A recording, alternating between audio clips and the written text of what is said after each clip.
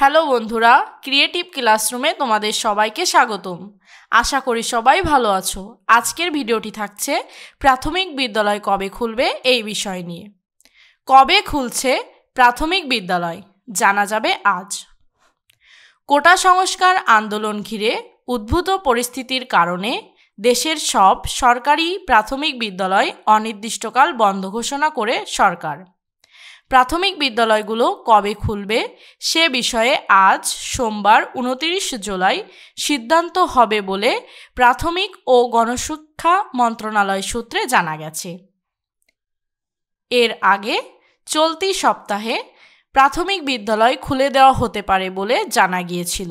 এ বিষয়ে রবিবার 28 জুলাই বৈঠক হওয়ার কথা জানিয়েছিলেন প্রাথমিক ও গণশিক্ষা সচিব ফরিদ আহমদ, তবে সে বৈঠক হয়নি। সোমবার 29 জুলাই মন্ত্রিসভার বৈঠক শেষে প্রাথমিক বিদ্যালয় কবে খোলা হবে তা নিয়ে শিক্ষামন্ত্রী সহ আলোচনা হবে। রবিবার 28 জুলাই প্রাথমিক ও গণশিক্ষা মন্ত্রণালয়ের জ্যেষ্ঠ তথ্য কর্মকর্তা মাহবুবুর রহমান তুহিন গণমাধ্যমকে এ তথ্য জানান। তিনি বলেন, আজ সোমবার মন্ত্রিসভার বৈঠক আছে।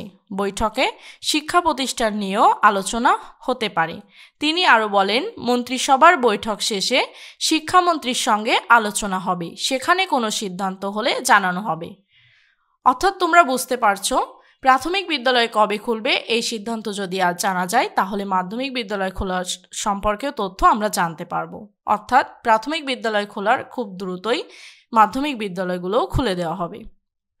এমনই সব আপডেট তথ্য পেতে এখনই চ্যানেলটিকে সাবস্ক্রাইব করে রাখো। রেগুলার তোমাদেরকে আপডেট তথ্য জানানো হবে।